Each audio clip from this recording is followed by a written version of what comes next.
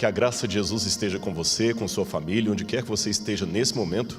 É um prazer nós estarmos de novo aqui para continuar a nossa semana de oração estudando, focalizando mais o livro do Apocalipse. Como o pastor Gilson falou inicialmente, São Paulo hoje ainda está mais frio do que ontem, mas o calor humano supera qualquer coisa. E é curioso que, como eu já falei no outro dia aqui, nós estamos fazendo do limão uma limonada. Já que a pandemia exigiu todo o isolamento social, todo o distanciamento, nós estamos usando então as redes da internet. E olha como é que Deus transforma uma situação indesejada em bênção. Nós estamos podendo pregar para milhares de pessoas, literalmente. O pessoal da mídia falou comigo que houve algumas noites aí que o pico foi de 13 mil pessoas assistindo num só do canal simultaneamente. Quer dizer, 13 mil aparelhos. Então, quer dizer, dispositivos. Então, multiplica por quê? Por 2, pelo menos, e sei por 3. Então, nós estamos falando aí de pelo menos 39 mil pessoas, fora aqueles que assistem a gravação depois. Eu só tenho a louvar a Deus por tudo isso. Muito bem, conforme eu prometi ontem, nós hoje vamos estudar um pouquinho sobre o livro selado com 7 selos do Apocalipse. O que significa esse misterioso livro? Então você vai ver na sua tela o título já da nossa apresentação de hoje. Vai aparecer para você aí. Muito bem, o misterioso livro selado. Por que João chorou tanto? Se você se lembra, ontem eu terminei o sermão aqui colocando alguns questionamentos. Por que João agora é tomado de uma emoção quase desesperadora e começa a chorar porque ele tem um quadro de um livro fechado nas mãos de Deus, com 7 selos. Vamos ler de novo esse trecho no Apocalipse, eu acho que vale a pena para recapitularmos. Então, pegue a sua Bíblia na sua casa, um dispositivo que tem um aplicativo da Bíblia, e abra comigo no livro do Apocalipse, no capítulo 5, que é justamente o capítulo que dá o anúncio dos 7 selos. Apocalipse capítulo 5, começa assim: vi na mão daquele que estava sentado no trono um livro em forma de rolo. Estava escrito por dentro e por fora e selado com 7 selos. Vi também um anjo forte que proclamava com grande voz: quem é digno de abrir os selos, de quebrar os selos e abrir o livro? Ora, nem no céu, nem sobre a terra, nem debaixo da terra, ninguém podia abrir o livro, nem mesmo olhar para ele. E eu chorava muito, porque ninguém foi achado digno de abrir o livro, nem mesmo de olhar para ele. Então um dos anciãos me disse: não chore. Eis que o leão da tribo de Judá, a raiz de Davi, venceu para quebrar os 7 selos e abrir o livro. Então vi no meio do trono e dos 4 seres viventes, e entre os anciãos em pé, um cordeiro que tinha sido morto. Ele tinha 7 chifres, bem como 7 olhos, que são 7 Espíritos de Deus enviados por toda a terra.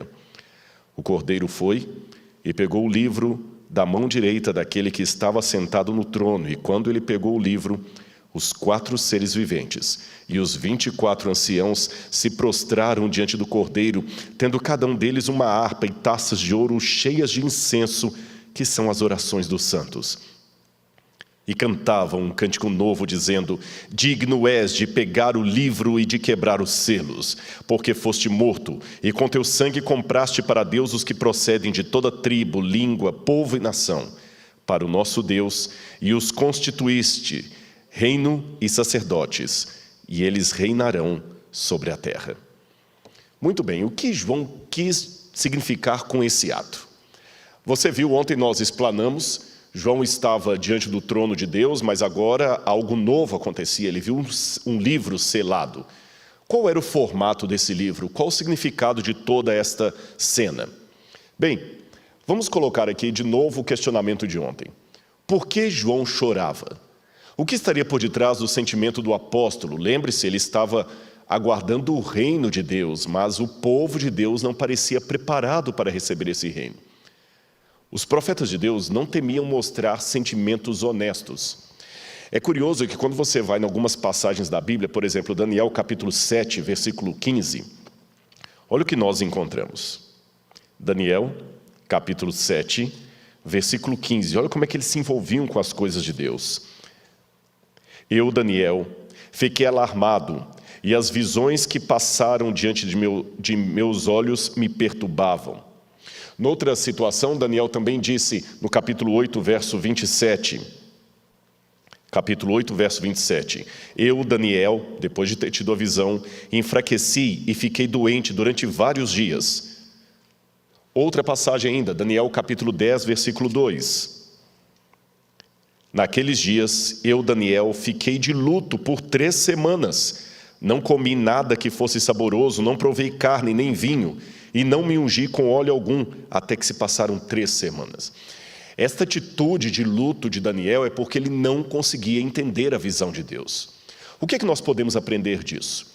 Em primeiro lugar, qual a ênfase que você está dando no conhecimento e no estudo da palavra de Deus? Ontem eu recebi um testemunho tão bonito de uma irmã aqui no final que me procurou, dos que estavam presentes aqui, e ela falou algo que me marcou. Ela falou assim: eu e meu esposo estamos estudando muito o Apocalipse e nós queremos devorar aquele livro, nós estamos pedindo, Senhor, revela-nos esse livro. E eu vi tanta sinceridade na palavra daquela irmã, ela me fez umas 2 ou 3 perguntas ali, que eu desejei a Deus que esse sentimento fosse de todos. Mas vocês já perceberam como é que às vezes nós queremos ler a Bíblia com a mesma pressa que olhamos as mensagens do WhatsApp? Eu costumo ter um comportamento que pode estranhar alguns. Às vezes não é incomum você estar cumprimentando as pessoas na porta da igreja, naquela época em que podíamos cumprimentar as pessoas e não usar máscara, e às vezes aparece alguém: eu quero te fazer umas perguntas aqui. Eu falo: não, irmão, não vou responder. Mas são umas perguntas. Bíblia não é para ser respondida de maneira rápida, em pé, à porta enquanto está despedindo as pessoas. No Oriente Médio, uma coisa que eu aprendi com eles é o seguinte: coisas importantes não podem ser ditas com pressa. Se você chega para um beduíno, por exemplo, e ele fala para você: eu quero conversar com você algo muito importante. Você fala: é importante? Ele fala: é. Então você tem que se assentar. Se você continua em pé, você está dizendo que não está dando importância para o assunto dele. Por isso que muitas coisas na Bíblia eram ensinadas numa posição sentados, sem pressa, com calma. É por isso que no Evangelho de Mateus, capítulo 5, diz assim: vendo Jesus as multidões, subiu ao monte e, como se assentasse, aproximaram-se seus discípulos, porque o professor naquela época ensinava sentado, em outras palavras, sem pressa. Até na sinagoga, a escritura era lida em pé por uma questão de reverência, mas na hora que o rabi iria explicar a escritura, ele se assentava. Se você olhar bem no Evangelho, diz que Jesus, depois de ter lido na sinagoga de Nazaré um texto de Isaías, ele devolveu o texto para o mestre da sinagoga, se assentou e todos tinham os olhos fitos nele. Não é à toa que, até hoje no Ocidente, nós chamamos as matérias de cadeira. Quais as cadeiras que você vai fazer hoje na universidade? E o professor é chamado de catedrático, aquele que fala de uma cadeira. Que lições importantes para um mundo que está tão agitado e que parece não ter tempo para nada, não é mesmo? É por isso também que o julgamento de Deus, que não é feito com pressa, é anunciado: assentou-se o tribunal e abriram-se os livros. Isto posto, aliás, eu vou até citar, já virou tão comum para mim essa questão de me assentar quando o assunto é importante, que quando essa irmã me procurou ontem, no final do culto, e ela sabe, eu não estou citando o nome dela, mas estou mencionando, o pastor pediu: ela tem umas 2 perguntinhas para te fazer, dá uma atenção. Eu falei: sim, pois não.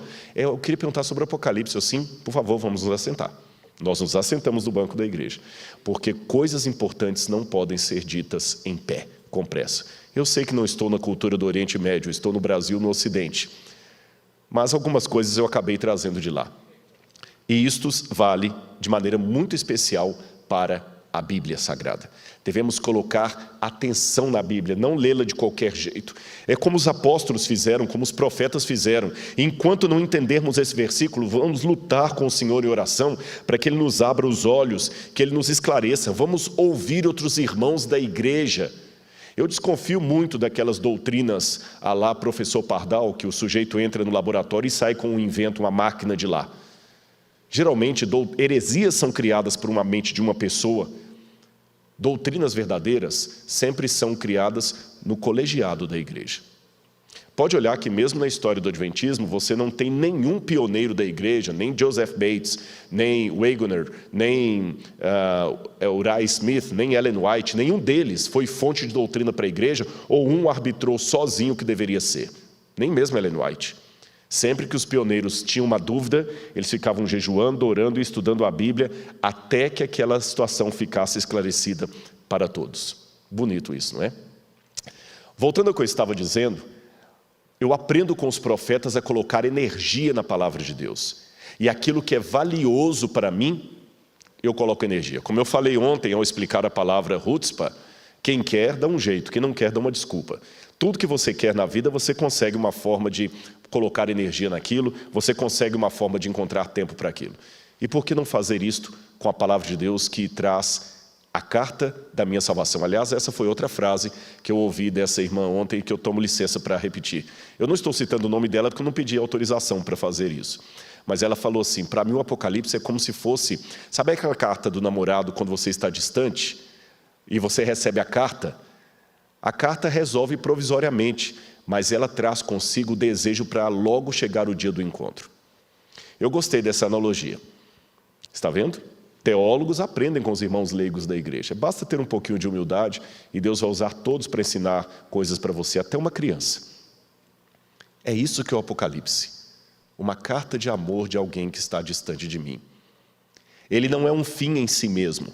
O Apocalipse é apenas uma forma de me dar segurança que o meu mestre, o meu Senhor, o noivo da igreja, vai voltar para nos buscar como ele prometeu na carta. E ler essa carta, esse livro, só aumenta a vontade de encontrar com o rei. Continuidade. Curioso também que, quando a gente lê na Bíblia Sagrada sobre quem receberá o selo de Deus, nós encontramos esse detalhe aqui do profeta Ezequiel. Coloca aí na tela, vamos ler juntos. Ezequiel capítulo 9, verso 4, traz o seguinte texto a respeito daqueles que receberão o selo de Deus. E disse-me o Senhor, passa pelo meio da cidade, por meio de Jerusalém, e marca com um sinal as testas dos homens que suspiram e gemem por causa de todas as abominações que se cometem no meio dela. Ezequiel 9, verso 4. E então, o que significa esse texto para você? O selo de Deus é colocado na testa daqueles que denunciam constantemente os pecados do povo. É assim que está na Bíblia? É assim? O selo de Deus será colocado na testa daqueles que jogam na internet os problemas da igreja. É assim que está na Bíblia? Aqueles que gemem e suspiram pelos pecados de Israel. Lembrando que isso foi escrito por alguém do Oriente Médio. Eu expliquei ontem que as pessoas do Oriente Médio são muito passionais no sentimento deles. Eles não são assim muito comedidos em demonstrar sentimentos como nós somos. Quando eles estão alegres, todo mundo vê que estão alegres. Quando estão tristes, todos veem que eles estão tristes. E é assim que deve ser. Então, aqueles que suspiram e gemem pelos pecados de Israel não são simplesmente pessoas que estão tendo prazer na denúncia. Eu digo isso, sabe por quê? Às vezes eu vejo, e antes que alguém pense, ele está jogando indireta. Não, não estou jogando indireta, porque isso está acontecendo. Isso está acontecendo. Eu não estou jogando indireta, eu estou jogando direta mesmo. Eu estou jogando diretas para muitos youtubers, inclusive da minha igreja, que não têm a coragem de abrir a boca para denunciar alguém do mundo que está aliciando jovens falando de pornografia e do membro sexual na internet. E que é o maior youtuber do Brasil. Eu não vejo um desses falando, irmãos, não deixem os seus filhos assistirem isso. Não. Mas enchem a boca para colocar frases irônicas contra a igreja. Curioso isso. Na Bíblia diz que quando os irmãos têm litígio, vocês não têm maturidade espiritual para um julgar o outro? Precisa buscar a ajuda de fora? Está na Bíblia isso. Rodrigo, você está querendo dizer que a gente tem que aceitar tudo calado da igreja? Não, quem convive comigo sabe que eu falo o que eu penso. Eu digo até que é melhor a pessoa sair chateada com o que eu falei do que com dúvidas sobre o que eu quis dizer. E falo sem medo de errar. Até com os meus chefes, eu já entrei à sala deles para agradecer, já entrei para chorar, já entrei para reclamar e já entrei até para repreender. Com respeito. Até pessoas que eu amo. Então eu não sou tão politicamente correto assim. Mas eu sei que há situações que não precisam ser colocadas em público. Você acha correto que você agora coloque nas redes sociais os problemas que a sua filha está tendo porque ela não arruma o quarto dela? Você acha correto? A sua filha é desmazelada, ela não arruma o quarto, você já cansou de falar. Você acha correto colocar isso no Facebook? Você acha correto estampar os seus problemas de família para que todo mundo veja? Não. Mas por que os problemas da igreja têm que escancarar para o mundo inteiro ver? Já que eu falei que eu sou honesto, eu confesso que uma vez eu dei uma resposta um tanto séria para um irmão. Eu conheci aquele irmão. E ele tinha o costume de, todo sábado, comer pregador à milanesa com salada. O que eu quero dizer com isso? Você já imagina, você entendeu, né? Chegava em casa e começava. E os filhos foram crescendo. E evidentemente que um dia que eu voltei àquela igreja, os filhos já não estavam na igreja. Ele veio desesperado falar comigo.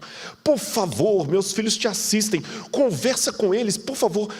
Eu quero que eles voltem para a igreja. Eu sei que se você conversar 15 minutos com eles, eles vão voltar. Conhecendo bem aquele pai, a índole crítica que ele tinha com tudo da igreja, eu não pestanejei em, com amor, porém com franqueza, dizer: eu não tenho filhos, meu irmão. Eu não tenho experiência em educação de jovens. E você quer que eu resolva em 15 minutos o que você gastou 16 anos estragando? Você tirou toda a autoridade pastoral dos seus filhos? Você os fez crescer desconfiando da igreja, dos pregadores da igreja, dos pastores da igreja, dos anciãos da igreja. Eu não tenho moral com os seus filhos. Você tirou toda a moral pastoral que um pregador podia ter diante deles. E outra coisa, eu não digo que nós não devamos também falar dentro da igreja as coisas erradas que estão acontecendo. Alguém colocou na internet uma vez: Paulo escreveu as coisas erradas. Ele escreveu cartas para as igrejas, ele não escreveu para Roma, falando dos crimes da igreja. Um colega, que foi meu aluno. Você não deve, você está achando errado o pessoal colocar na internet coisas da igreja, Rodrigo? Eu falei: estou. E você o que faz com Paulo? Paulo denunciou, deixou aberto. Meu irmão, que anacronismo, eu respondi para ele. Paulo falou para as igrejas. Ele escreveu o problema dos coríntios para os coríntios. E a carta aos coríntios era lida noutras igrejas cristãs. Não era lido em Roma para o imperador escutar. Então você quer fazer alguma coisa, alguma denúncia da igreja? Procure os líderes da igreja, procure os irmãos da igreja. Acho que a internet não é um fórum muito inteligente para fazer isso, principalmente quando você se acovarda e só fala mal da igreja, mesmo às vezes vivendo às custas dela. Desculpa, irmãos, mas algumas verdades têm que ser ditas. Está aqui na Bíblia. O selo será colocado sobre os que gemem e choram e suspiram. No hebraico é suspiram pelos pecados de Israel. Jesus, até quando ele denunciava os fariseus, tinha um embargo na voz dele. Eu não tenho óculos cor-de-rosa, meu irmão. Não diga como alguns colocam: você é queridinho da igreja, é fácil para você falar. Não sou tão queridinho assim. Eu faço a minha barba pelo menos dia sim, dia não. Eu acho que eu me conheço mais do que você. Eu sei o que eu falei quando eu estava em terapia. Eu sei as lágrimas que eu chorei quando eu estava em depressão. Você não. Eu sei as pauladas, e eu sei os tombos que eu tomei, e eu sei as traições que eu recebi até de colegas. Mas eu também sei que tem muito irmão querido que sempre ora por mim. Quer um exemplo? Eu tenho aqui, o pastor me deu aqui, olha, manda um abraço para esses dois jovens aqui, Jefferson e Mateus, de Santa Isabel. Não sei se eles estão assistindo agora. Eu quero dizer para vocês que eu posso ter um canal no YouTube, mas eu não sou youtuber. Eu posso ter um programa na TV, mas eu não sou artista. Eu posso ser conhecido, mas não sou famoso. E quando eu recebo isso aqui, é uma maneira de Deus me dizer: vai, meu filho, eu tenho muita gente para você alcançar. Eu falei isso essa noite para 2 que estavam aqui. Quando eu prego no púlpito, eu prego para você, mas quando eu desço do púlpito, alguém fala assim: sua mensagem me tocou, é você que está pregando para mim. E os problemas da igreja? Faça como eu tenho feito. Eu suspiro. Dá raiva às vezes. Mas é uma raiva, há uma diferença, sabe? Entre a vizinha que fala mal do rapaz drogado e o pai que vai buscá-lo na Cracolândia, gritando: por que você está fazendo isso com seu pai? Os dois estão irados, mas há uma diferença da ira do pai e da ira da vizinha fofoqueira. Se a igreja está com tantos problemas que eu posso compará-la a um jovem drogado, como é que você reage aos erros da igreja? Como um pai buscando o filho na Cracolândia, ou como uma vizinha fofocando sobre aquele rapaz que vive fumando maconha e cheirando e usando crack? Só para você pensar. João chorou naquele dia porque ele viu os problemas da igreja, ele viu que a igreja não estava preparada. Ele escreveu as cartas, ele ouviu do próprio Cristo a reprovação ao comportamento da igreja. Não foi a opinião de um teólogo, não foi a posição de um administrador, não foi a opinião de um jovem, foi o próprio Cristo que falou. Escreve aí, João. Eu estou a ponto de vomitar você. Escreve aí, João. Eu tenho, porém, contra você, Éfeso, que você deixou o seu primeiro amor. Escreve. Eu não acredito em teoria do ditado, não. Eu acredito que a Bíblia foi inspirada por Deus, mas não ditada por Deus. Porém, eu abro uma exceção para 7 cartas. É a única parte da Bíblia que eu tenho que admitir que foi teoria do ditado. Ali Deus ditou. Escreve, João. Eu imagino que João até falou assim: Senhor, é para... Põe. Coloca. Senhor, mas isso aqui é muito pesado. Escreve, João. Tenho, porém, contra ti que toleras essa mulher Jezabel. E se você não arrepender, eu vou vir até a ti, vou mover o teu candelabro do lugar dele. João tinha 2 posições. Uma delas é falar: tá vendo? Nem Deus aceita a igreja, essa igreja está acabada mesmo. Ele tinha 3 posições. Na verdade, 2 não, ele tinha 3. Ele podia ficar enfatizando: Deus falou, a igreja está acabada mesmo. Não presta essa igreja, eu vou sair dela porque eu sou melhor do que ela. Segunda posição. Ele podia dizer, fazer uma lei do deixa como está para ver como é que fica. Fingir que nada estava acontecendo. Ou terceira. Ele podia se envolver emocionalmente com a igreja e chorar por ela. Como, aliás, chorou o seu antecessor, o profeta Daniel, que no capítulo 9 faz uma linda oração pelo povo e se identifica com o Israel pecador. Daniel chorou pelos pecados de Israel. E quando ele chorava, olha depois na sua Bíblia no capítulo 9, olha a pessoa com a qual o pronome pessoal que Daniel usa para falar dos pecados da igreja. É sempre a primeira pessoa do plural. Nós temos pecado contra ti.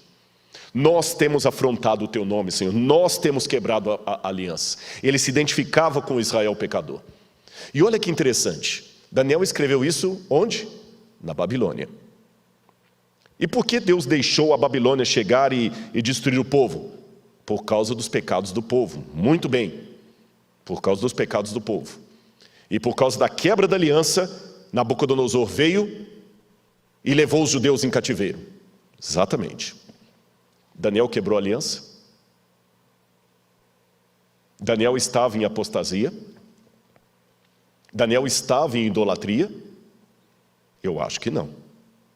Porém, nada da sua fidelidade impediu que ele também recebesse o mesmo castigo do povo. Em outras palavras, Estaria você disposto a ser um Daniel do século 21? Quando essa pergunta é feita, as pessoas automaticamente pensam assim: estaria eu disposto a ser fiel a Deus, mesmo que Nabucodonosor mande eu comer uma comida que não está permitida no livro de Levítico? Estaria eu disposto a ficar fiel a Deus, mesmo que uma imagem for erguida? Sim, eu quero ser um Daniel do século 21. Estaria você disposto a continuar na igreja, orando pelos pecados da igreja, se identificando com esses pecados, mesmo que você não esteja neles? Ah, não, aí não. Aí não. Alguns até escrevem: desculpe, não dá para eu ficar na igreja, já fui vítima de fofoca lá, eu vejo muita coisa errada lá, eu vou sair. Numa época que se está falando tanto de discriminação contra a mulher, discriminação contra o negro, contra o homossexual, talvez seria o tempo de nós falarmos também discriminação contra o joio. Sabe por quê? Se eu entendo bem a parábola de Jesus, do trigo e do joio, a Bíblia fala que a função do trigo é crescer junto com o joio, não separado dele. Se você acha que não tem mais lugar para você na igreja, porque você não suporta os erros da igreja, você está tentando ser um trigo que cresce afastado do joio, mas na parábola não tem espaço para essa figura, então você também está fora. A parábola diz que o trigo e o joio têm que crescer juntos até o dia da vindima. Por que você quer crescer separado se Jesus determinou que o trigo e o joio tinham que crescer juntos? E mais, a parábola diz que não compete você saber quem é trigo, quem é joio dentro da igreja. Nem aos anjos. Somente a Deus no dia da vindima. Então, aprendamos com o sentimento de Daniel, aprendamos com o sentimento de João, aprendamos com o sentimento dos profetas. Não é colocar óculos cor-de-rosa em relação aos erros da igreja, mas, como eu disse, é sofrer por ela. Angustiar-se, repito a minha ilustração, como um pai buscando um filho na Cracolândia, e não como uma vizinha fofoqueira falando mal do menino que usa drogas. O que você é na igreja? Uma vizinha fofoqueira? Ou um pai querendo resgatar o seu filho? A forma como você denuncia os erros da igreja responderá a essa pergunta. Vamos continuar no quadro. Outra coisa que eu queria mostrar para você. Olha, preste atenção aí na sua tela. Que tipo de livro seria aquele? Um livro, um rolo, com 7 selos. O selo, como você sabe, era uma forma de lacrar o livro para que ninguém pudesse lê-lo. E eu já vi várias interpretações entre os comentaristas. Alguns dizem que aquele livro selado na mão de Deus seria o Antigo Testamento. Outros comentaristas colocam que seria o livro de Daniel, porque o livro de Daniel foi selado. Outros dizem que seria o livro do juízo. Alguém já falou também que seria o livro do destino. Será que seria realmente aquela uma cena de juízo? Eu sei que muitos interpretam isso aí como sendo uma cena de juízo final. E que aquela parte de Apocalipse capítulo 4 já é na época que começa o juízo investigativo no santuário. Eu confesso para vocês que eu, Rodrigo, não sou convencido por essa interpretação. Respeito quem a tem, mas eu não vejo ali situação de juízo. Aquele livro não é o livro do juízo. E eu vou argumentar o porquê, tá certo? Por que eu acho que aquela cena não é... Também não acho que é o livro de Daniel que estava fechado na mão de Deus. Porque aquele livro tinha 7 selos, estava na mão de Deus. O livro de Daniel deveria ser fechado e selado até o tempo do fim. Não parece ser o livro de Daniel. E o livro de Daniel selado não causaria tanta angústia em João. Por que eu acho que não é uma cena de juízo? Olha o que eu vou mostrar para você aí agora. Olha a comparação do livro de Daniel, que descreve de fato o dia do juízo de Deus, do juízo investigativo, e as cenas do Apocalipse. Eu vou fazer uma comparação. Vá acompanhando da sua casa. O livro de Daniel, capítulo 7, verso 9, diz: foram postos uns tronos. Então ele descreve o início de um processo judiciário em algum lugar especial do céu, certamente o santuário. Maxwell sugere uma mudança de ambiente em Daniel. Mas no Apocalipse não há descrição de início ou de mudança de ambiente dos seres celestiais. Os tronos que neles se assentam já aparecem nessa condição desde o início do capítulo 4. Em segundo lugar, Daniel capítulo 7, versos 13 e 14, narra a chegada do Filho de Deus ao ambiente do julgamento. Mas no Apocalipse não há a chegada do Cordeiro. O capítulo 5, verso 6, dá a impressão de que o Cordeiro já estava no trono. João, que talvez não tivesse percebido ou deixou propositadamente de mencionar isso. Também em Daniel, no capítulo 7, versos 10 e 13, o Filho do Homem chega depois que os livros foram abertos. No Apocalipse, o Cordeiro já aparece antes da abertura do livro. Pelo contrário, é a presença do Cordeiro que permite a abertura do livro. Diferente do livro de Daniel, que o Filho do Homem chega depois que os livros foram abertos. Mais um detalhe. Aqui fala da abertura de livros em Daniel, plural. João fala de um livro selado, um em particular. Ainda no livro de Daniel não há menção a quem abriu os livros. Certamente não foi o Filho do Homem, que só chegou depois. Nem há indicativo de que o ancião de dias o havia feito. Apenas disse, assentou-se o tribunal e abriram-se os livros. Já em Apocalipse, somente o Cordeiro poderia abrir esse livro especial. Finalmente, no livro de Daniel, capítulo 7, versos 10, 22 e 26, claramente há a expressão de uma natureza de julgamento nesta visão. Em João não há nada que demonstre estar numa cena de juízo.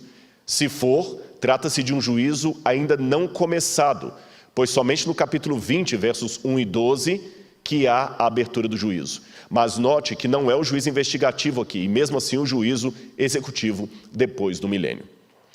Percebeu então as diferenças entre Daniel e Apocalipse capítulo 4 e 5? Por isso que eu não vejo ali em Apocalipse uma cena de juízo, como nós vemos de fato no livro de Daniel. Mas ainda mais um argumento que eu queria apresentar para você. Preste atenção na sua tela, vou mostrar uma coisa aí para você.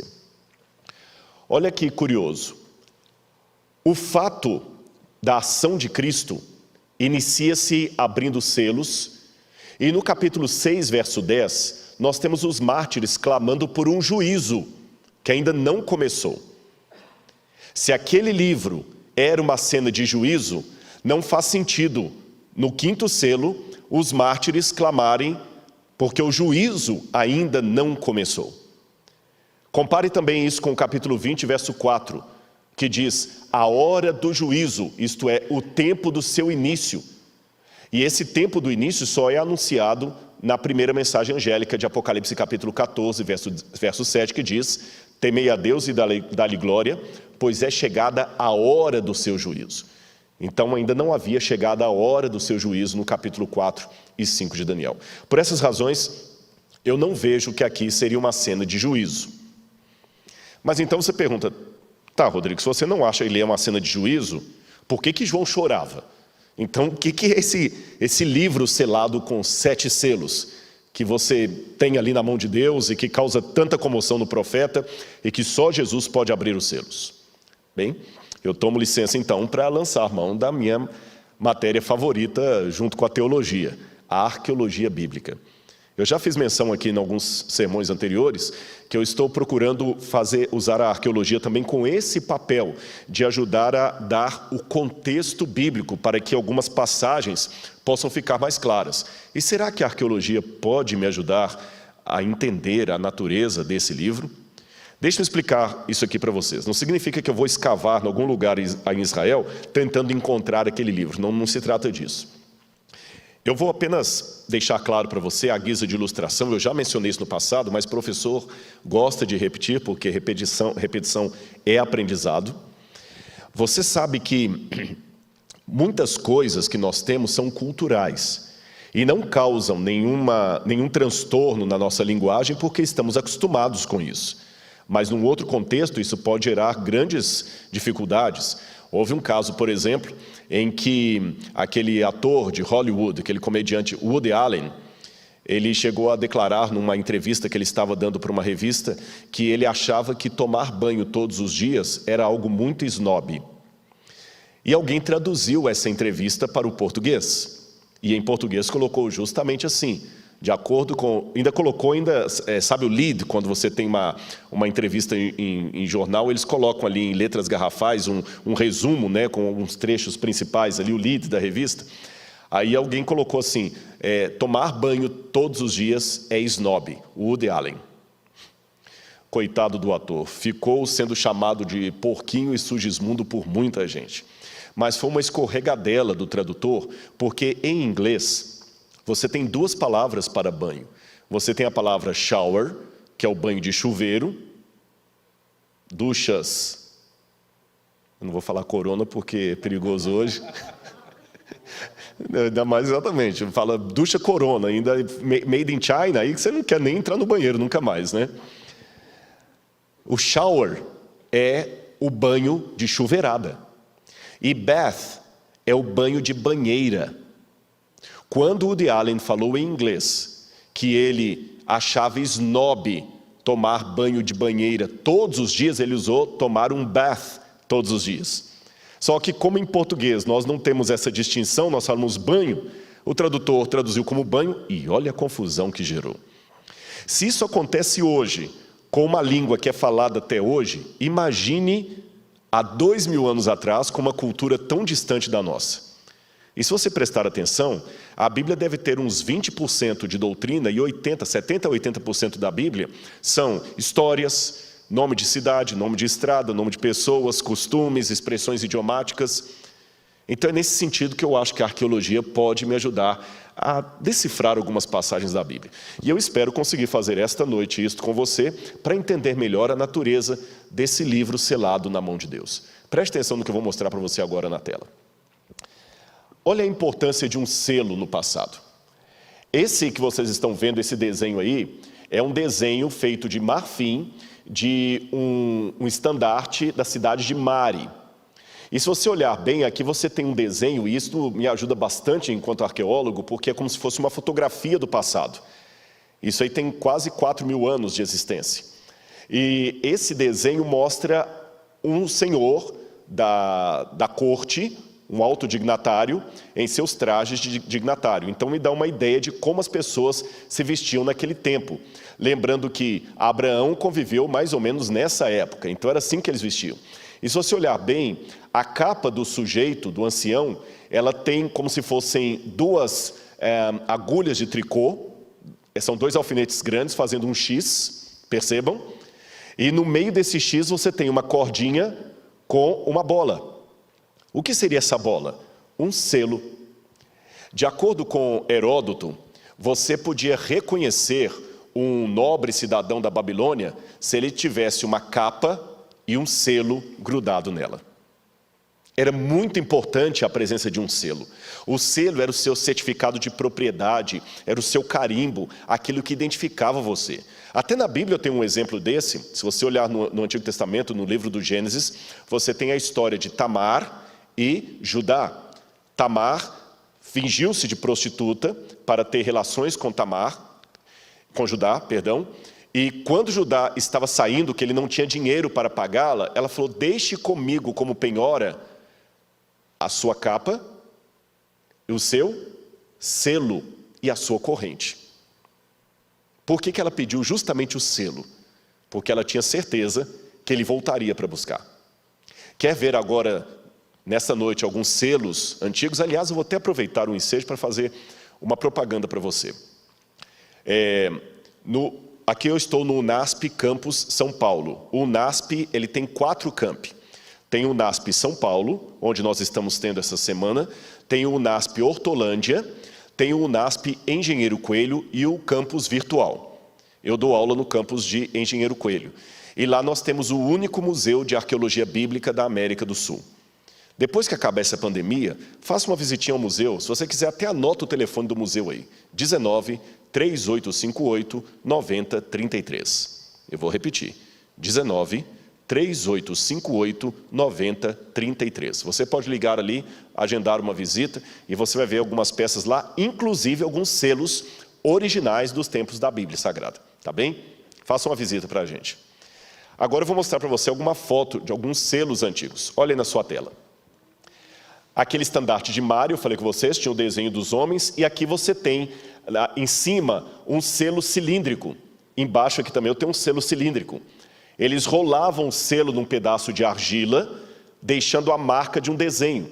E aqui esse pedaço de argila com um pedaço de corda é o que sobrou de um selo que estava fechando algum documento do passado. Eu vou explicar isso para você. é que as cartas eram fechadas, enroladas, vou mostrar como, e o selo era colocado ali. Eles pegavam um pouco de argila, colocavam na corda e vinham com o selo e fechavam. O selo podia ser cilíndrico, como aquele, rolando, podia ser um anel, podia ser um carimbo, havia vários tipos. E você deixava na argila a impressão de selo, que às vezes podia ser um desenho, um símbolo, o nome do proprietário, coisas dessa natureza que identificavam o dono, o dignatário daquele selo. Olha aqui mais uma imagem para você acompanhar em casa. Aqui eu tenho selos e as chamadas bulas, ou bulle, é o plural em latim. A bula é justamente aquela marca que é deixada na argila. Vocês estão vendo ali a carta, e aqui eu tenho as mãos de um arqueólogo com um selo minúsculo na mão dele, e do outro lado você tem justamente as marcas de impressão. Por que acontecia isso? Imagina naquela foto ali um papiro, ainda com selo. Muitas vezes havia destruições por guerras, e eles queimavam o palácio, como fizeram com o Palácio de Davi em Jerusalém. O fogo queimava o papiro, consumia o papiro, mas a marca do selo fica mais rígida. E nós já encontramos vários selos em Israel, inclusive selos do rei Ezequias, que já foram comprovados, dos inimigos de Jeremias. Vários personagens da Bíblia já tiveram a sua comprovação histórica graças ao achado de um selo minúsculo, ou melhor, da impressão de um selo. No meio da areia, da poeira, você acha uma coisinha desse tamanho ali e lê, e lá no NASP você vai ver alguns desses selos originais, no caso o carimbo mesmo. Agora, mais uma imagem para você. Aqui você tem um contrato de casamento em Elefantina, como é que ele foi guardado. Então não eram somente cartas que eram seladas, documentos também eram selados. E o contrato de casamento em Elefantina, por exemplo, ele era dobrado, enrolado primeiro, depois você amassava, fazia 3 dobras, colocava uma corda e o selo. E aquela parte que está em cima ali ficava de fora, que era um título para num cartório, digamos assim, um ambiente público, você poder identificar o selo. Agora olha que interessante. O livro do Apocalipse diz que aquele selo na mão de Deus era escrito por dentro e por fora. O que era selado, vocês já entenderam, não é? Ficou claro porque era selado. A forma de selar um livro, de lacrar um livro, era a segurança que eu tinha de que ele não cairia em mãos erradas. Por exemplo, se eu estivesse mandando uma carta para você, eu enrolaria aquela carta, colocaria uma corda, colocaria um pouco de argila, vinha com o meu carimbo, selava aquela carta, então você tinha certeza que você recebeu a carta intacta. Ninguém a abriu antes de você, porque para abrir a carta você tem que quebrar o selo. E eu também disse que não somente cartas eram seladas, mas livros também podiam ser selados e documentos também podiam ser selados. E quando o Apocalipse me diz que aquele livro era escrito por dentro e por fora, eu pensei, eu acho que eu tenho uma pista aí. Preste atenção no que eu vou mostrar para você agora aí na imagem. Esse documento. Ele foi encontrado também em Elefantina e é um texto legal daquela época. E veja que interessante. O que você tem escrito na parte superior, você tem escrito na parte inferior. Eles enrolavam a parte inferior do documento e selavam. E você pode perguntar, mas por que eles selavam a parte inferior se a parte superior tinha a mesma coisa? Bem, como este era um texto legal, era um documento legal que estava no arquivo público, a parte superior era aquela que todo mundo podia consultar. E no caso de uma demanda jurídica, um juiz podia determinar que se quebrasse o selo e abrisse a parte de baixo para ter certeza que a parte de cima não foi adulterada, que os textos estão iguais, estão idênticos. Percebeu? Era um critério de cartório. Mais uma imagem para você. Aqui eu tenho um outro achado ocorrido em Israel nos anos 70. Foi um achado numa das cavernas da Samaria. E eles encontraram manuscritos do 4º século antes de Cristo. Documentos muito bem preservados. E quando eu li esse artigo científico que foi publicado na Biblical Archaeologist, uma revista indexada, e também no Wadi Dalayet, é o nome do lugar onde eles encontraram esses documentos. Chamou-me a atenção que alguns documentos intactos tinham 7 selos. Normalmente, você percebe ali a fotografia? 7 selos. Normalmente, os documentos tinham um selo, 2, no máximo 3. Mas agora em Israel descobriram vários papiros com 7 selos. Então eles usavam, na época de João e até antes da época de João, alguns documentos que recebiam de maneira extraordinária 7 selos. Tinha de ser um documento muito importante para ser selado 7 vezes. Aí eu percebi que em Roma havia um costume interessante. Os judeus copiaram muita coisa dos gregos e dos romanos em termos de ação legal na época do Segundo Templo. E os romanos tinham um costume, que eu vou mostrar para você agora também na imagem. Quando um romano ia apresentar um testamento, ele era bem diferente do modo como nós fazemos hoje, em vários aspectos. Mas o testamento foi eficaz na vida da pessoa que o fez. Ele foi feito de público, como se diz em latim, em viva voce. Todos sabiam das intenções do doador.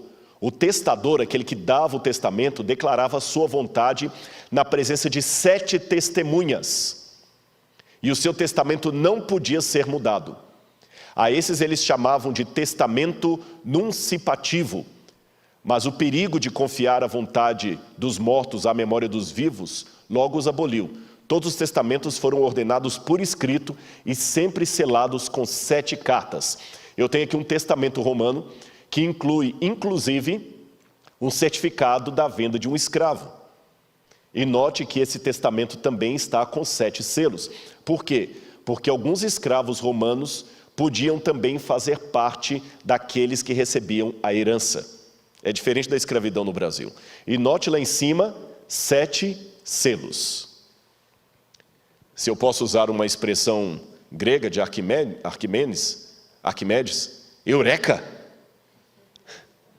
Descobri.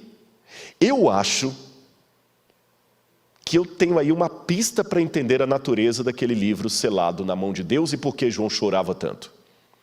O que seria aquele livro, senão o testamento de Deus? Exatamente. João viu nas mãos do Altíssimo o testamento. E se o testamento ainda estava fechado, é porque a herança não havia sido dada. Porque de acordo com a legislação greco-romana, e como nós vimos naquele achado de Samaria, de acordo com o que era praticado também entre os judeus, a herança só era dada depois que o testamento era aberto. E para o testamento ser aberto, os 7 selos tinham de ser rompidos. Mas vamos voltar à situação, ao drama do Apocalipse. A igreja não parecia digna de receber a herança. Deixe-me mostrar algumas passagens para você. Agora eu entendo, talvez, por que João chorava tanto. Em Mateus capítulo 5, verso 5, Jesus fez uma declaração que o próprio João ouviu pessoalmente. Bem-aventurados os mansos, porque eles herdarão a terra. O próprio Espírito, diz o apóstolo Paulo em Romanos capítulo 8, 16 e 17, o próprio Espírito testemunha ao nosso espírito que somos filhos de Deus. Se somos filhos de Deus, somos também herdeiros. Volta para mim aqui agora. Mas se nós somos herdeiros, como é que nós vamos herdar? Nós não temos dignidade para isso. Ninguém tem. Se você falar assim, esse pastor não tem moral para falar comigo nada, você está certo, eu não tenho. Ninguém tem. Todos pecaram e todos carecem da glória de Deus. Todos. Santo Agostinho de Hipona, quando ele escreveu o livro Confissões, ele dizia da sua infância que ele sempre tinha uma vontade sobre-humana de roubar peras na casa do vizinho. E ele não entendia por que ele queria tanto roubar as peras ali. Ele perguntava, será que é vontade de comer pera? Não, na minha casa tem pera. Fome? Não, tem muita comida na minha casa. Aí ele concluiu, é porque as peras do vizinho eram proibidas. E o pecado de Adão já gritava dentro de mim para fazer o que é errado. Eu não concordo com a teologia agostiniana do pecado primordial, do pecado original. Não acredito que nós herdamos o pecado de Adão. Mas eu posso fazer uma releitura de Agostinho concordando que nós herdamos a tendência de Adão para o mal e herdamos, não a culpa dele, mas a natureza pecaminosa que nos coloca todos em condição de deploráveis diante de Deus. Em outras palavras, para ser um pecador, meu irmão, você não precisa pecar, basta existir, basta nascer. Porque diz a Bíblia, em pecado me gerou minha mãe. Eu entendo agora as lágrimas de João. Ninguém é digno. Mas de repente o que acontece? Um triunfo começa e alguém chega para João e fala assim, João, não chora. Sabe por quê? O Cordeiro de Deus que foi morto, ele é digno de abrir o livro e desatar-lhe os selos. Vamos voltar para a leitura de Romanos? Olha aí na sua Bíblia comigo, ou acompanhe no quadro. Vamos voltar para o texto. Romanos capítulo 8, versos 16 e 17. Eu vou ler novamente. O próprio Espírito testemunha ao nosso Espírito que somos filhos de Deus. Se somos filhos, então também somos herdeiros. Herdeiros de Deus e co-herdeiros com Cristo. Se realmente participarmos dos seus sofrimentos, para que da mesma maneira participemos da sua glória. O sofrimento e a glória futura. Então o rei dirá aos que estiverem à sua direita, venham benditos de meu Pai, recebam como herança o reino que foi preparado para vocês desde a criação do mundo. O próprio Agostinho de Hipona dizia, quando eu olho para mim mesmo, eu não vejo como me salvar, mas quando eu olho para Cristo, eu não vejo como me perder. Quando Adão e Eva foram criados, Deus franqueou o reino para eles. A terra era de Adão, Eva e de toda a sua descendência. Mas você sabe, embora eu não seja um advogado, não entenda nada de direito, pelo menos algo eu acho que eu posso dizer que nenhum advogado vai me contradizer. Há muitas ações que não são morais, contudo são legais.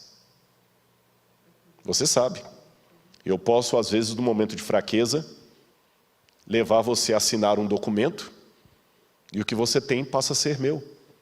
E muitas vezes o advogado vai falar para você, puxa vida, eu entendo você, não é justo o que fazem, mas você assinou os papéis, você assinou a procuração, agora é dele.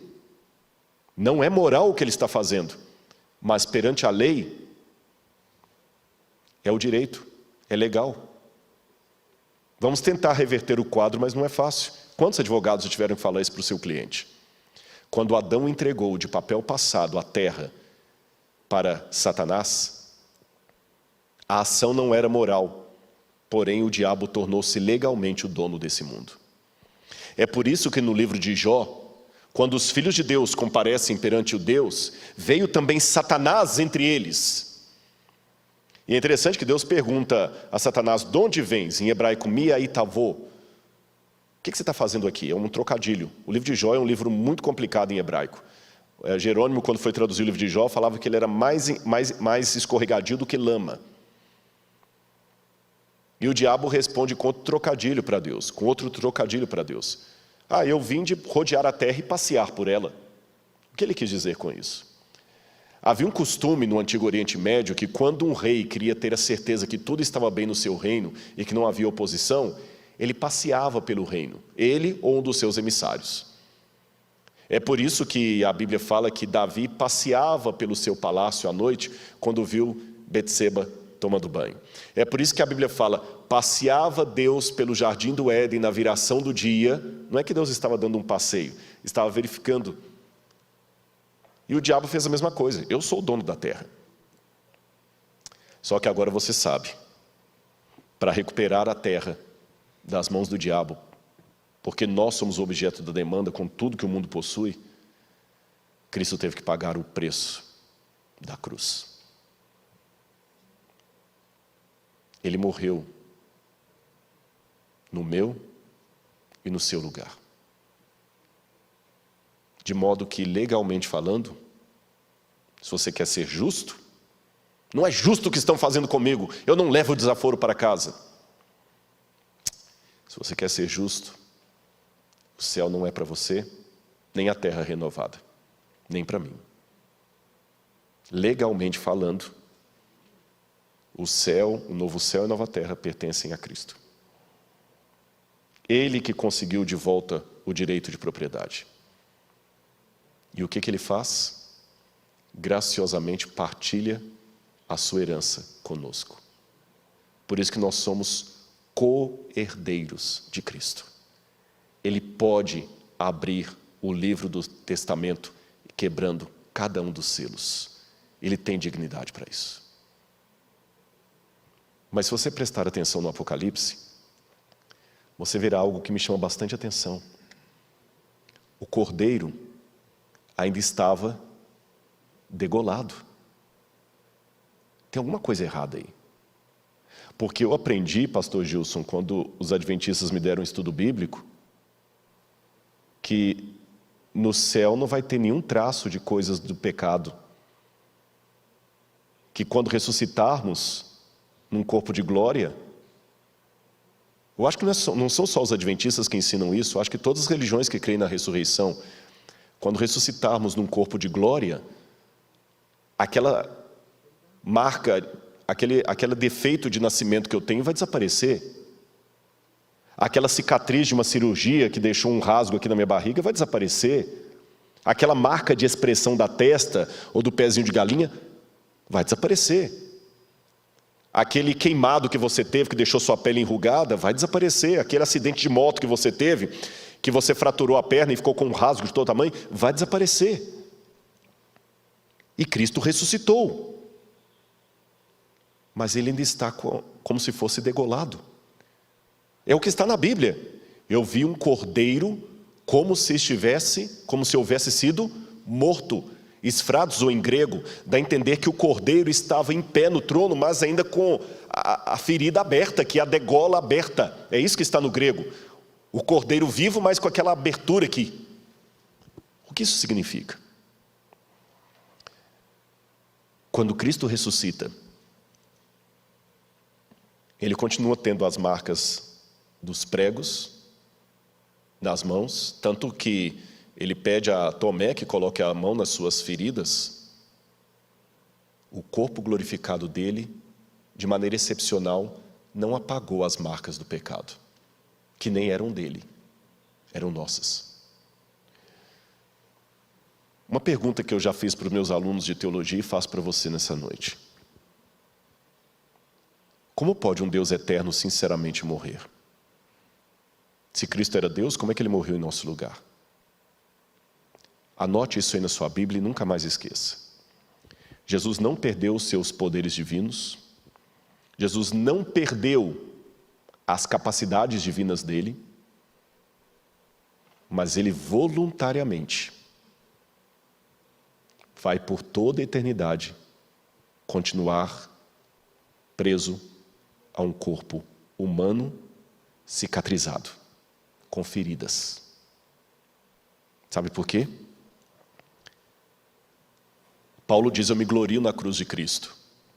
Não contradizendo Paulo, mas apenas ampliando o que ele falou. A cruz, num aspecto, não era nada. Calma, não me tenha por herege.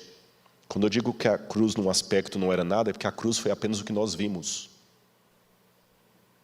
Os romanos crucificaram milhares de pessoas. Crucifixão por crucifixão foi mais uma. A diferença da cruz de Cristo é o que nós não vimos. Ele enfrentou a morte eterna. Hebreus fala que ele morreu a morte por todos os homens. Ele enfrentou a morte eterna. Em outras palavras, ele enfrentou o lago de fogo e enxofre. Quando ele falou na cruz do Calvário, Elahi, Elahi, lama sabachthani, Deus meu, por que me desamparaste? Jesus não estava só declamando um salmo com voz de frequência modulada. Ele estava renunciando por toda a eternidade alguns aspectos que ele não perde, mas deixa de usá-los. Entre eles, o fato de que agora ele estará por todos sempre preso a um corpo de carne e osso. O livro de Atos diz que Jesus voltará, assim como para o céu nós o vimos ir. Quando Cristo subiu ao céu, Ele não cortou o laço da humanidade como se corta uma fita.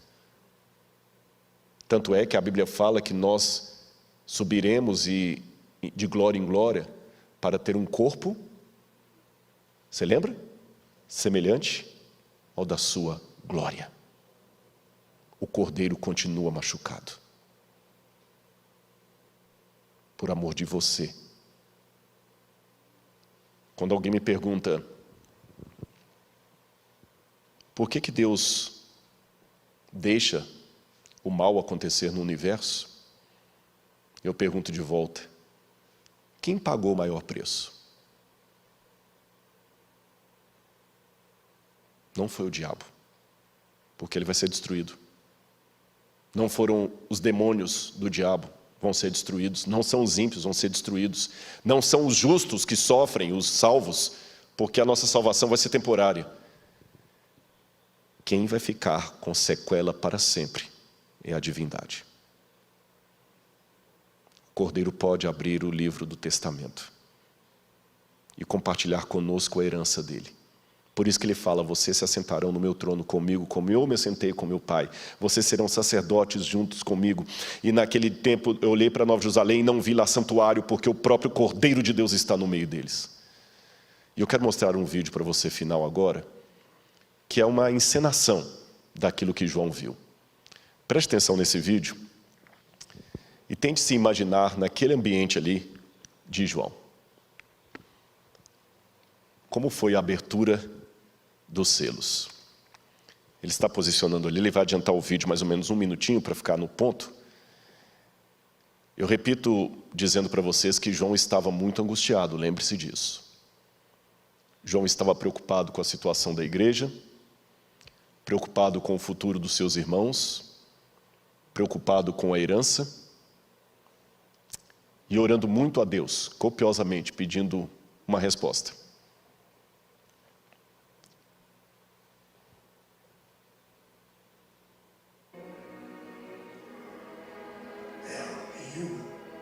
Pode tirar o som, deixa só o vídeo, por favor. E aqui não está saindo ainda para a gente.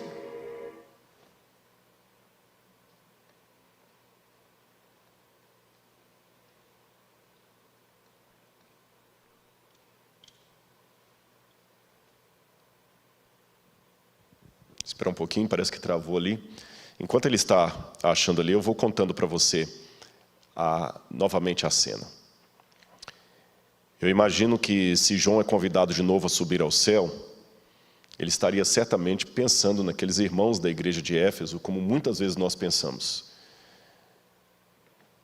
E estaria orando por eles. Isso. Pode colocar a tela cheia, se possível, para o pessoal em casa assistir. Isso. Imagine João orando. Ele dizia, Senhor, cuida do teu povo, Senhor. Ó Pai, qual será o futuro da tua igreja? Qual será o destino da tua igreja, Senhor? Pode deixar rodando, não tem problema não.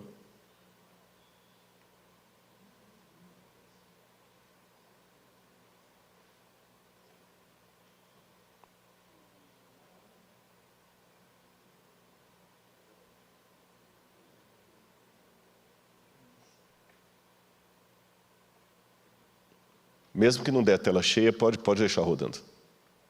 Coloca um minuto para frente. Isso. Como eu estava dizendo, agora imagine em casa a cena. João idoso, 90 e poucos anos,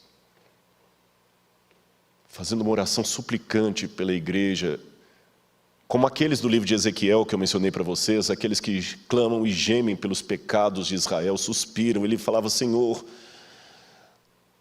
o gnosticismo está entrando na igreja, Pai. Eu não tenho notícias de Éfeso. Teu povo não receberá a tua promessa, Senhor. Estamos cansados de esperar. Onde está a volta de Jesus que não acontece? O que vai acontecer com a tua igreja, Senhor? E nesse momento o Espírito Santo toma novamente em visão. Ele novamente se acha no céu. Já havia visto a cena do trono de Deus, dos querubins, e agora ele vê o livro selado com 7 selos, e no meio do trono um cordeiro, o cordeiro degolado. Ele se lembrou da cruz. Ele se lembrou a origem daquela cicatriz que nunca sarava. Eis o Cordeiro de Deus que tira o pecado do mundo. Ele lembra quando João Batista falou isso, ele era só um jovem. Ele se lembrou da cruz. E o ancião falou, esse Cordeiro venceu para romper os 7 selos e abrir o livro. E ele vê os cavaleiros, representando eventos que haveriam de acontecer na terra, paralelos à história da igreja cristã. Se nas 7 cartas ele via os problemas internos da igreja, agora ele via as coisas que a igreja haveria de enfrentar. Primeiro um cavaleiro, num cavalo branco, simbolizando o evangelho que haveria de triunfar no mundo, pregando do Cristo. Mas não seria apenas de alegria que a história haveria de ser feita. Haveria de acontecer também muitas desgraças no mundo. Guerras, desespero, tormentos. E os anciãos animavam a João, calma, João. Mesmo em meio a tudo isso, Deus estará com o seu povo. Aqueles que estiverem em Cristo vão triunfar. Não se preocupe. Mesmo que você veja um cavaleiro correndo para tirar a paz da terra, com uma espada na mão, muitas coisas vão acontecer. João se lembrara de Jesus falando em Mateus 24, haverá guerras e rumores de guerras, nação se levantará contra nação, reino contra reino, e haverá fome e terremotos em vários lugares. E João vê realmente o cavaleiro da fome. Calma, o Senhor ainda tem a história nas suas mãos. Esta é a mensagem dos selos. Pode voltar para mim. Eu quero terminar agora a minha fala. Eu peço desculpas pelos problemas técnicos, mas eu acho que deu para você entender a mensagem. Eu espero que isso não tenha tirado de você o desejo e a emoção de estar naquele dia. Sabe, uma última palavrinha. Você pode até discordar de mim em muita coisa. Você pode até não ir com a minha cara. Tudo bem. Mas por tudo que é mais sagrado, permita-me apelar ao seu coração. Eu não sei se eles têm condição, porque eu esqueci de pedir isso antes, de colocar o QR Code na tela. Eu quero fazer um apelo de uma maneira diferente. E eu quero ouvir que você tomou uma decisão nesse momento. Se eles conseguirem colocar o QR Code, você vai colocar o seu celular no QR Code e ele vai jogar você realmente para uma página, para um banco de dados, e você vai poder pedir uma oração, uma visita pastoral. Você vai poder receber um conforto, um estudo bíblico. E mesmo que eles não conseguirem colocar o QR Code, não sei se vai conseguir colocar, porque eu não combinei com eles antes. Vai, né? Eles vão colocar lá. Eu gostaria que você entrasse em contato. Veja bem, não pode ficar tranquilo. Ninguém vai pedir seu dinheiro. Não é terça-feira do milagre urgente. Não é nada disso. Ninguém vai pedir para você contribuir para uma campanha. Nós só gostaríamos de ter a oportunidade de falar de Jesus para você. Tá bem?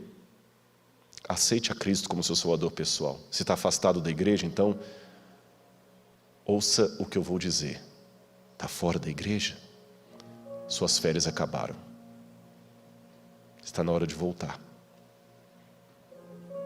Tem um espaço aqui que pertence a você. Magoaram você? Magoaram a mim também. Decepcionaram você? Decepcionaram a mim também. Também já decepcionei muita gente. Mas venha para o time de Cristo. você também tem direito à herança, porque a graça dele dá esse direito a você. Ele venceu e abriu o livro. Pense nisso, e durante essa música, tome a sua decisão ao lado de Cristo. E se o QR Code aparecer aí, abra a tela do seu celular, preencha-o e entre em contato com a gente, tá bom? Queremos ajudar você.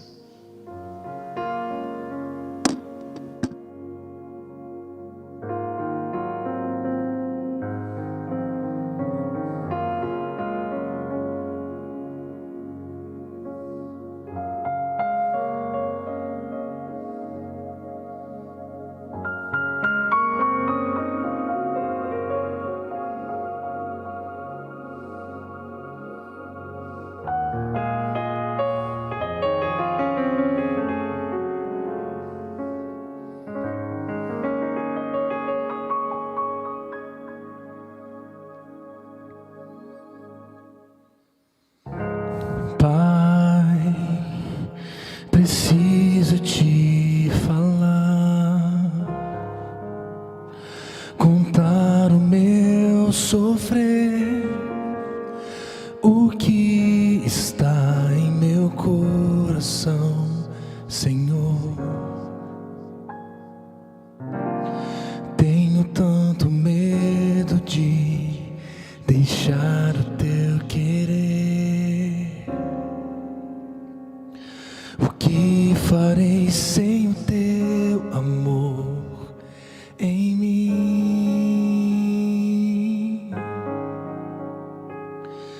Senhor Jesus, aqui estou, te louvo e minha vida está em tuas mãos. Estou aqui para te louvar, entrego o meu viver.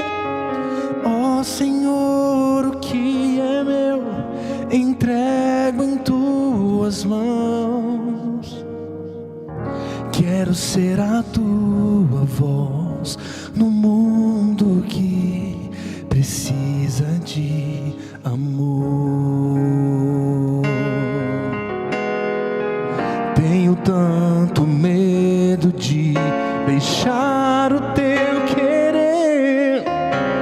O que farei sem o teu amor em mim? Senhor Jesus, aqui estou, te louvo e minha vida está em tuas mãos. Estou aqui para te louvar, entrego o meu viver. Ó Senhor, o que é meu, entrego em tuas mãos. Quero ser a tua voz no mundo que precisa de amor. Te entrego o que sou, te entrego o meu ser, o meu coração, o meu caminhar. Para sempre sou teu. Senhor Jesus, aqui estou, te louvo e minha vida está em tuas mãos. Estou aqui para te louvar, entrego o meu viver. Ó Senhor, o que é meu, entrego em tuas mãos. Quero ser a tua voz no mundo que precisa de amor.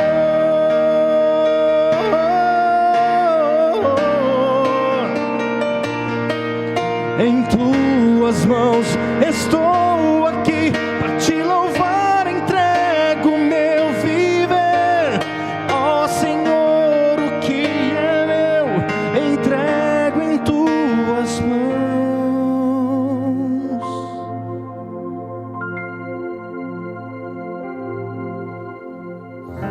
Quero ser a tua voz no mundo que precisa de amor.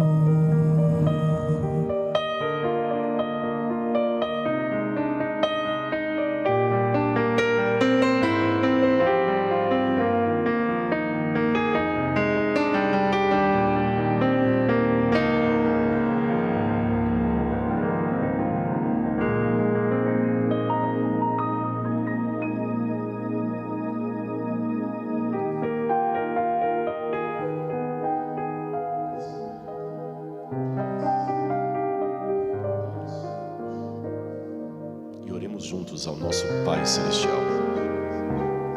Oremos. Senhor, de um jeito torto, talvez até tosco, nós estamos aqui diante de Ti. Como essa música expressou, com as nossas dores, os nossos sofrimentos, a nossa humanidade, Senhor. Pai. Senhor, quantas vezes a gente olha no espelho e não gosta do que vê. Quantas promessas não cumpridas. Quantos caminhos mal andados. Sentimos-nos como Paulo, pedindo a Ti que nos livre do corpo dessa morte, porque somos miseráveis.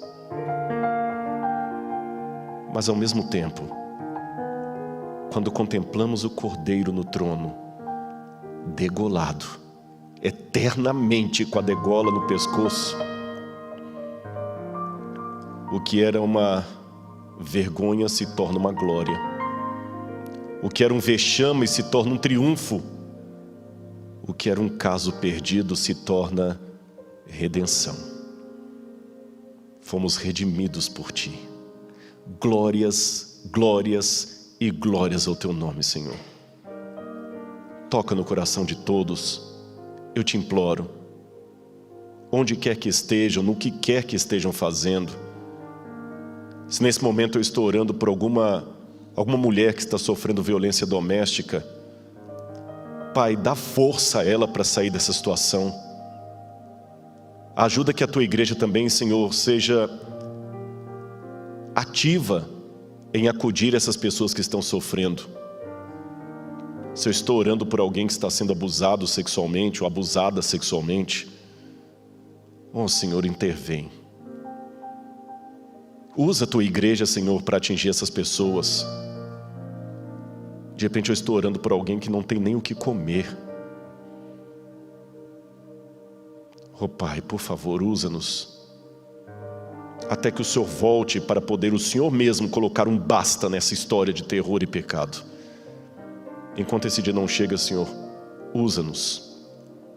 Não temos a capacidade de liquidar com o mal como o Senhor tem, mas aceitamos ser instrumentos Teus.